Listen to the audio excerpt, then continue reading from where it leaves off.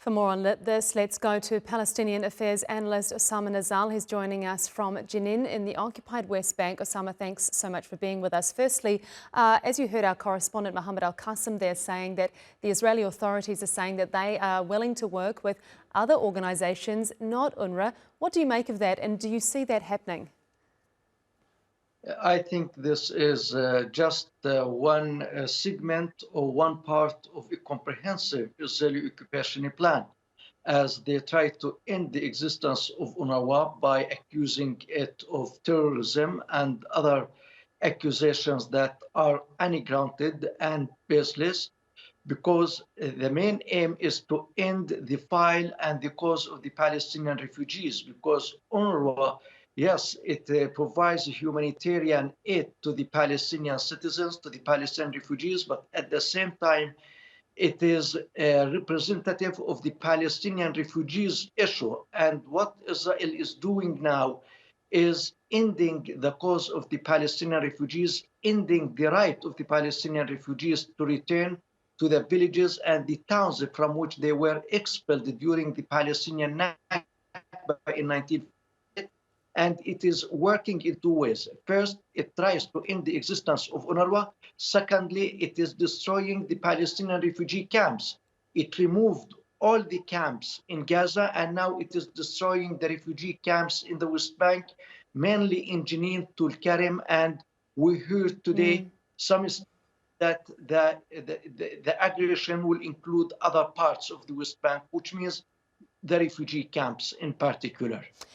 And Osama, with all of that in mind, what does this mean for what is an already fragile ceasefire in Gaza?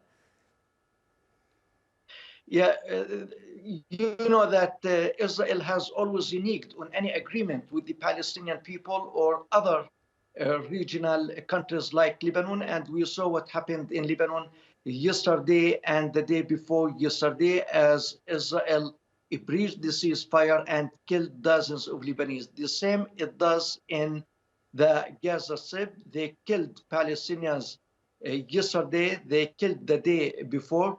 So there's no guarantee, and everything is possible, and there is big concern that Israel might breach the agreement at the second phase of the negotiations. And we saw how the Israeli government suspended the arrival of the people of Gaza from the south to the north, claiming that the Palestinian parties did not fulfill their part of the agreement. So everything bad is expected from this government, because it has one plan on its agenda, which is to see no Palestinian in Palestine.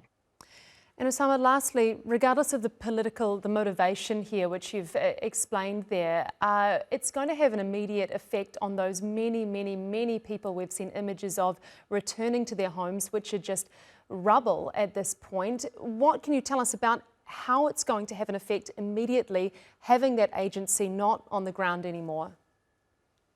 Yeah, that is the catastrophe that the Palestinian people are facing. Israel destroyed all of Gaza with support from the American administration. Instead of supporting the Palestinian people to remove their rubble, to rebuild their houses, we listened to suggestions by the American president that he wants to clean out Gaza. He wants to take the Palestinians out of Gaza in order to rebuild it. This is, of course, just a bluff and deception, because if the Palestinians go out, Israel will never allow them to return to their homeland, and this what will never happen, because the Palestinian people are aware of every plan and every scheme that the Israeli occupation government and its supporters, whether in the United States or the world, are known to the Palestinian people. Palestinian affairs analyst Osama Nazzal, who is joining us from Jenin in the occupied West Bank. Thank you so much for your time here on TRT World.